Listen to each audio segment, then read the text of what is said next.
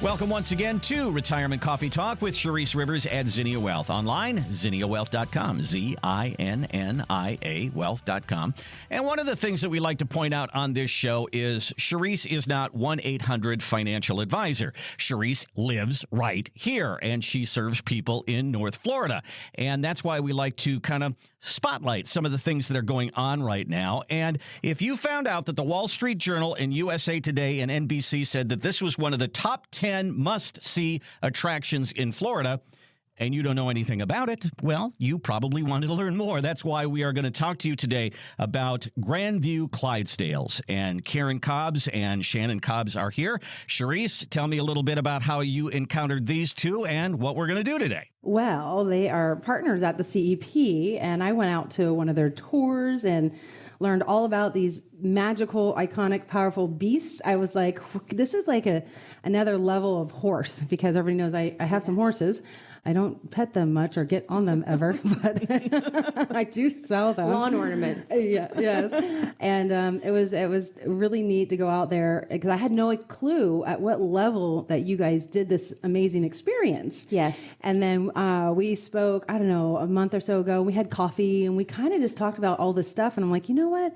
The stuff we talked about, we need to talk about on my show. Yeah. People need to know about this, because I know a lot of things and what's going on in town, but I didn't know that. So we're going to ask some questions and just kind of dive in so people can get to know you, because you have some really cool events coming up. Yes. Like, where did this all start from? Like, is this a family business between both of you? Yeah, so I'm third generation showing the Clydesdale horse. My husband Shannon is third generation as well. So there's a lot of deep history that goes back generational. Our boys, we have 3 sons.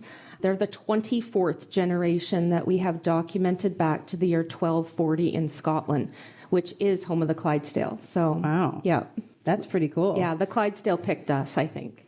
Yeah. Where did the Clydesdales originate from? Like, what were they really for? Yeah, so they were originally bred for a war horse. So those were the horses that would carry knights into the battle. And the knights weighed so much with all of their armor. The draft horses were the ones that could withstand all that weight. Yeah. Well, so this is like your life's work. You knew when you were like 5 years old, yes, this is what you were going to do? Absolutely. Oh my gosh. I loved my sports. I loved my horses. And yeah, I just never let it go. I love it. Yeah. They're magical for sure.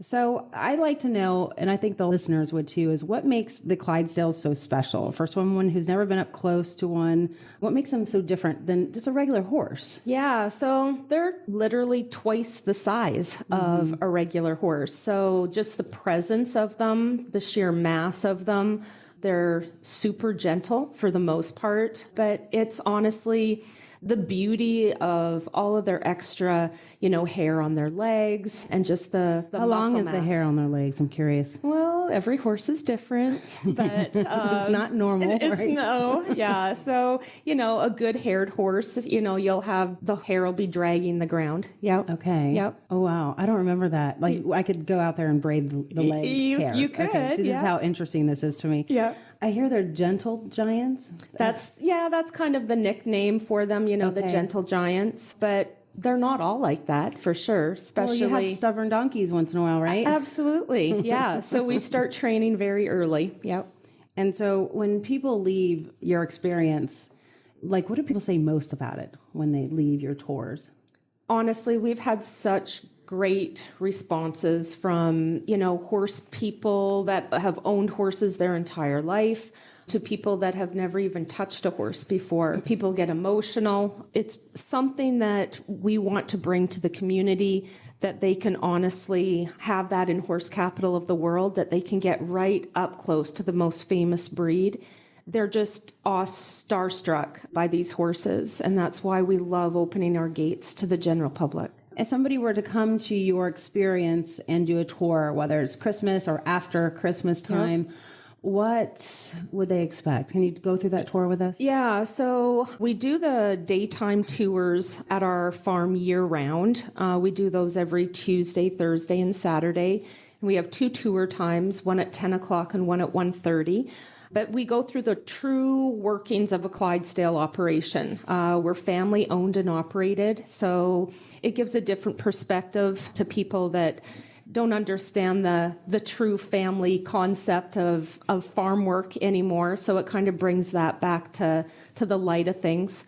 And then our Christmas tours, we actually run those mid-November to mid-January. So we finish up this year, January 8th will be our last Christmas tour. Oh, wow. But it's in the evening, so the whole farm is lit and decorated with Christmas. And we go through just this magical night with the Clydesdales. Who's coming? Like, people are from across the country come to join this experience. So is it more retirees, businesses, groups? I would honestly say all the above. The farm is really set up to accommodate anybody. So walkers, wheelchairs, scooters, you know, we can accommodate literally anybody, from babies to, I think the oldest we've had is like 102. Wow. Yeah, it was amazing. Wow, that's amazing. You can cater to all that. Yeah, because there's seating provided throughout the whole tour aspect, very minimal walking, and everything's in close proximity. So I want to talk about the commitment people don't see. What do most people not realize about the care and the training and the responsibility that comes with the Clydesdales? Yeah, I would say from a day-to-day basis, it's a labor of love is what I tell everyone. If you didn't love what we do, you wouldn't do it, because it is so much work. As a family, I feel like all we do is work, but we truly do love it. And if we do not continue it on, it would die off. And a lot of people don't realize the one thing about the Clydesdale horses. We have the most famous breed of horse in the world, but there's not very many of them worldwide. We're very close to being on the endangered species list, which is a big deal because people do not realize that. And so for us, letting people come experience the horse and experience what we have to offer is bringing not just light to that, but also helping the breed get more personalization with each individual person that gets to come and pet them and see them, and just that knowledge of that. Yeah. How much do they eat? Yeah, that's a great question. They eat a lot. Like, are they eating hay? Yes, they do. So oats? every horse eats, depends on the horse and depends on the age, but like for a fully mature horse, they can eat anywhere from 70 to 100 pounds a piece per day. What does that mean? Yeah, so like most of them will eat like 50 to 60 pounds of hay and usually 20 to 30 pounds of grain a piece a day. A day? A day, yeah. It's a lot. Say that again. Yeah, so every horse on the farm will eat, it depends, but for a mature horse, they're between 70 to 100 pounds a piece per day. That's impressive. Is this like alfalfa stuff? Yeah, so a lot of it's so like I know my language a little bit. Yeah, a lot of it's Timothy alfalfa mix, hay, and then we have our own grain mixture, but it depends on the age, it depends on, every one of them has different requirements. I always tell people in our tour that the good Lord didn't make us all the same, so we have dietary differences, and so do horses, and so some eat way more than others, and we have one horse that when we feed, he gets half what everyone else does, and I look at him and I'm like, I feel your pain, but that's just the way it is, right? He's on a diet. He's on a diet, yeah. Can you feed them carrots? I know it's a weird question. Okay, so you can do, so they're not that sensitive. Yeah. So we do treats, especially like at our Christmas tours and in our daytime, the VIP, that aspect of our actual tours, that is, they get to feed them their treats at the end of the tour. Okay, so that's a big part. Carrots are still their favorites. Some horses really like apples. We have one horse that we just imported not that long ago from England. In England, they feed a lot of bread as treats. What? Yeah. And they can eat that? Yeah. Well, their bread's different than ours. As long as it's gluten-free? Yeah, exactly. Their bread's different than ours. But I said that we have one horse, he loves bread. So, yeah. Okay, that's a lot of food. Yeah, that's a lot of food. You need a lot of tours. Oh, my goodness. So one conversation that came up when Karen and I were having coffee, the Clydesdales are getting close to being endangered. Preserving the breed is like what one of your big initiatives. So please tell us about this. Yeah. So, we do have the most famous breed of horse in the world, and a lot of that is attributed to the promotion of them all over the world. But people do not realize that there's very few of them left worldwide. And it's been a steady decline since the early 1900s. And then with World War I and World War II, it really sped that up. And then what we do is a lot of work, and it's, to put it in perspective of numbers worldwide right now, they're saying there's only 3,000 to 4,000 left worldwide. And so we're trying really hard right now to get hard numbers on that, but it's a problem. And that's one of the reasons why we're trying to help promote the breed to people outside of what we do. So we need to breed, right? Correct, and so, what's the process of that? I don't need to know how they breed, but I mean, if it's a problem, you think they'd be going breed crazy right now? I think a lot of it is it's a slow process. And so I tell everyone it's not like, when you have a mare that is pregnant, she's pregnant for 11 months, and then she has a baby girl. That horse is 4 to 5 years away from giving you another baby girl. And so it's not a quick turnaround. And so that's part of the issue, right? Once the numbers start going down, it's tough to get it to come back because it's not a fast process. The compounding of it, Correct. too. And then if you have boys. Yep, that's part of it, right? I know there's a real name for that. Yep. What do we call them? Stallions. Stallions. See, there you go, guys. I'm so fired. Shame on me. My dad had a stallion when I was a kid. Oh, it's fun. Hey, you guys. On Retirement Coffee Talk, we keep it real, and I don't have to know everything about everything because people come in and see me that don't know everything about everything when it comes to financial planning. So this is why we have you here. What role do kids and families play in this mission? Like, what could they do, or what do they need to know? Yeah, I think I'll touch on the beginning of that and I'll turn it over to Karen. But, for us, getting the youth involved is a big part of saving the breed of horse. Clydesdales have been in my life every day of it. And the same way with Karen, there's never been a day in our life that hasn't had Clydesdales in it. And so for me, to think that my kids' kids might not know what a Clydesdale is mind-blowing. Like, it really is. But we have so many young people that come to our tours now, that they've never touched a horse or they've never been close to, especially a Clydesdale. And for us to offer that's a great thing. And from the grandparents right to the young kids, it's about getting the exposure to that horse. Is what you never know who that next person is that's going to fall in love with the horse and become someone that could help save the breed. And so we actually started a 501c3 that's called the Grandview Global Clydesdale Preservation Foundation. And it is a lot of that is dedicated to maybe helping young people that have a desire to be in the horse world but might not have the financial ability to do it. They can submit resumes and submit applications that get approved to maybe help someone with purchasing a horse or helping with breeding fees and things like that. There's coloring books here in Marion County. Did the Clydesdale get in the coloring book? I believe that they did, yes. Okay. And I think that we always say that the Clydesdale is the most important horse, is the way I feel. I realize that maybe I'm a little biased, but I said there's nothing better than a Clydesdale. It should be on the front of the coloring book. Okay. Yeah, so Marion County put a big initiative to do these coloring books for these elementary schools, all elementary schools, about educating about all the horses. So I haven't actually looked in there. I have for not the Clydesdale, either. but it's pretty neat. To the listeners, you have grandbabies, you have kids. This is definitely something that we want to keep in front of the kiddos and a fun experience for families and or companies. So I think this tour is quite outstanding. Well, I really want to hop into your events because you have two crazy, amazing events. These are your two events of the year for 2026. Yeah, and it's kind of like the Clydesdale Super Bowls of what we do. So we bring all draft horses. So the Percheron breed, the Belgian breed, and the Clydesdales will be competing at the highest level in our industry the last 2 weekends in January.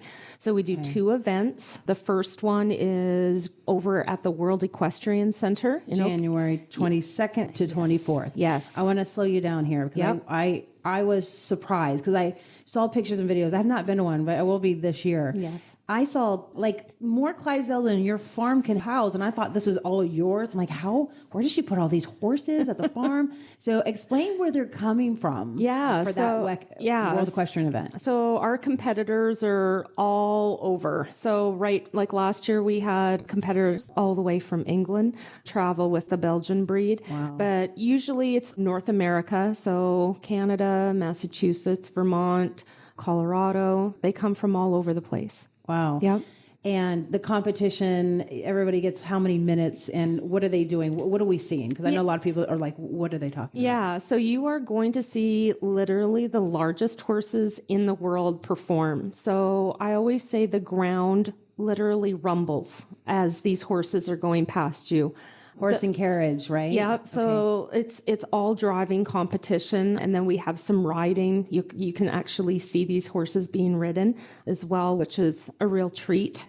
So we go right from the single horse in a cart right up to the 6-horse hitch championship classes. Okay. So very, very unique classes that these horses are getting displayed in. Got it. The stands were full. I went, wow, this is serious stuff. I'm like, where have I been putting my head in the sand at? And I'm like, my kids would love this. Yes, honestly, they're just 2 events that you don't want to miss. Okay, so World Equestrian Center, January 22nd to the 24th. Yep. And then you have the Grandview Invitational at the Florida Horse Park, January 29th through the 31st. Is that the same thing? So it's basically the same type of classes. So you're going to see the same horses in competition for the most part. It's just different venue of where you're going to see it on 2 different weekends. So if you're going to be on a cruise for the first weekend, I've got you for the second, or vice versa. Got it. Yep. Okay. So Grandview World Nights at the World Equestrian Center, it is the cushier of the 2 shows. So it's in a climate-controlled arena, stadium seating. So, it's It won't be snowing, so it'll be nice. Yeah, you're at the that's Florida true. Horse Park. It's a great horse park. That's too, true. for people to come visit. Absolutely. So how do people buy tickets to your tours that you do every day, and then to the Grandview Invitational? Yeah, so there's websites for each one of those individually, but to kind of encapsulate all 3, you can go to grandviewshowtickets.com. Okay, grandviewshowtickets.com. You can get everything there. Yes. Do you ever sell out, or usually just the right amount of people come? You do. We do. Oh, okay. Yeah. So, and especially like for Grandview World Nights, it is assigned seating. So you're going to go onto a map and pick the seat that you want to watch the competition in. So there's only so many seats there. Okay. Yeah. All right, you guys, get those tickets. Oh, and I want to do a quick lightning round because I forgot to ask these questions. So how tall is your tallest Clydesdale? He is literally 20 hands tall. And I do not say that lightly. When somebody tells me that they have a 20-hand horse, I usually say, but this guy is a complete giant. Yeah, so he is. We've been blessed to have a lot of big horses in our life, but he is a new addition to the farm, and he is the biggest horse I've ever seen in How my much life. does he weigh? Right now, he's still gaining. He's not even done growing yet. So right now, he's about 2,300 pounds. What's your heaviest you've ever had? Yeah, so we have one at the farm right now that's almost 2,400 pounds. Okay, wow. That's amazing. We're actually... I would be afraid for them to step on my foot. Yeah, so the new horse, his name is Maverick, and he's going to be in our tour starting the spring. He's such a beautiful horse to look at, but he is enormous. Are they aware how big they are? Some of them are.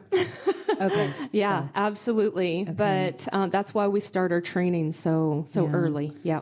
Well, you guys, thank you so much for coming in. These horses, these Clydesdales, I don't think we can even call them horses.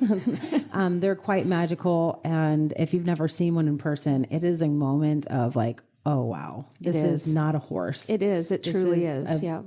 Bigger than unicorn type of view, right? Yeah, it is. So thank you both for trying to preserve and raise money for the foundation. One last thing, how do you raise money for your 501c3 to help preserve the breed? People contact me for taking donations, and we set those people up on different needs. So we just have those real conversations with people. All right. Well, thank you as well for having us here on the show. You're so welcome. I wish I had you on sooner. You guys, listen, go to their website, check out the tours, go check out one of these big competitions coming your way in January. I will be at one of them for sure. And you guys are doing great things. And if you guys are looking for places to donate to a 501c3 to get a write-off, and you believe in Clydesdales and this horse world, this could be a great place to donate as well. Thank you so much for coming. Thank you. It's been fun.